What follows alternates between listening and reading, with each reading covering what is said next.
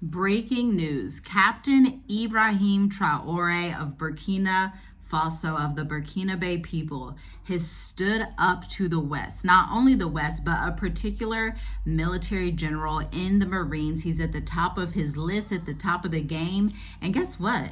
He's an African American. He's a black man. And Captain Ibrahim Traore has stood up to him and spoken the truth against the false accusations that he is trying to portray in front of world media, European media, and every type of media out there. He falsely accused Captain Ibrahim Traore of taking all of his country's gold for himself and not being about his people. And if anyone has been following Africa's president, period. Africa's president. If anybody has been following Captain Ibrahim Traore, you know that he is literally the best president that Africa has right now, hands down, and maybe the best president that is even on earth today, because he cares about his people. He has kicked out the colonizers. He has unified with Niger and Mali without being fearful about the tactics and the manipulation and the lies of propaganda in the West. And today, or I should say a few days ago, he released this press release to tell everyone what he thinks about these false accusations. Before we get into this video and I read you the press release and go into some details about what he has been doing in Burkina Faso to come with the facts, okay? Let's also look at this from a spiritual standpoint and understand the times we are in. We are in the last days. We are in the times where everything that was a lie or everything that was hidden is being revealed. We are also in a unique time where a lot of manipulators and accusers want to come out and speak against the chosen, speak against the truth. But Captain Ibrahim Traore said that's not happening. You can lie all you want, but I'm going to come with the facts. Let's stay tuned. And you may want to take note, you may want to share this, you may want to save this, because I'm about to tell you some stuff that you probably didn't know about Captain Ibrahim Traore of Burkina Faso. So there was this meeting that went down with the U.S. military sector that does African communications. It's called AFRICOM. And so they had this meeting in D.C. to talk about what's going on in Africa per usual. You know, the West loves to talk about what's going on in the continent. And so, you know, obviously they didn't invite African leaders, especially not the righteous African leaders. And they literally accused Captain Ibrahim Traore of what they and other African leaders have been doing, i.e. the corrupt ones. Now, if you don't know Burkina Faso, the name Burkina Faso literally means land of the righteous. And so they don't stand for corruption in any instance. There is a plethora of actual African leaders that you can find in East Africa and West Africa that are actually corrupt, that are getting over on their people, but they don't expose these guys because the corruption benefits, i.e. America, France, Canada. Now, of course, they want to spin and manipulate and then accuse Captain Ibrahim Traore of using all of his gold for himself to fund his own regime and all of these certain things that they were saying, all of these buzzwords. But the reality is, and I have the facts here, I looked up exactly what Captain Ibrahim Traore has done since 2022 when he came into power. And so we're like, let's bring the facts. Don't just accuse people, especially such a great leader like that who is freeing his people. Don't accuse him of doing stuff falsely. And he put out this press release, and let me read you the statement. The Ministry of Foreign Affairs, Regional Cooperation, and Burkina Faso citizens abroad followed with great interest the public session held on April 3rd. The session was held April 3rd, 2025 in DC, again, based on the United States Senate Committee on Armed Services, to hear senior military officials from the U.S. commands and Europe. So think of this as like another meeting of trying to divide up Africa and see what's happening on the continent, okay? So they also invited the commands for Europe, USECOM. When you see this com word, it actually means communications. So they're talking about the strategy and communications that they are having in these territories, okay? As well as US AFRICOM, okay? Same thing.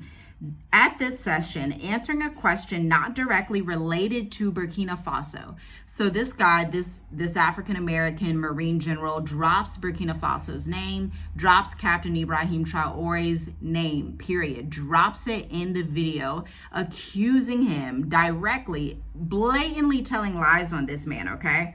Blatantly telling lies.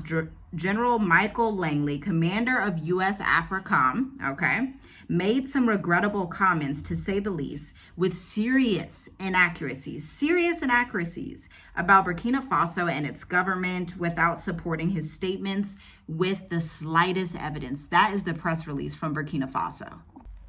As you can see, this is a huge issue when somebody is blatantly lying on someone else, especially someone that's righteous and actually doing the right thing. Captain Ibrahim Traore didn't back down. And we should also, let's just go through the last 2 years with Captain Ibrahim Traore of Burkina Faso. Let's just pull up 8 bullet points about what he's accomplished. Let's bring some receipts. Let's talk about facts. Let's talk about what's actually happening so that we can discern truth from lies, because this is spiritual as well as physical. We're seeing one side, and this isn't anything new. We're seeing one side of manipulators, i.e. the West, that are trying to pick with Captain Ibrahim Traore, Niger and Mali, pick with them, spew lies and manipulation, and accuse them of things that they are perpetuating in other countries. So what happens spiritually is that people will choose a little truth and then twist it into a lie. So there are African leaders who are corrupt. There are African leaders who get paid and use their resources just for them and do not help their people. But Captain Ibrahim Traore does not fit in with that clan. He is not one of them, even though their similarity is that they're all African leaders. So that's just period. That's just a fact. But now let's go to these bullet points from the MalawiAce.com. MalawiAce.com. I'm going to link it in the description. Let's get some real African news here.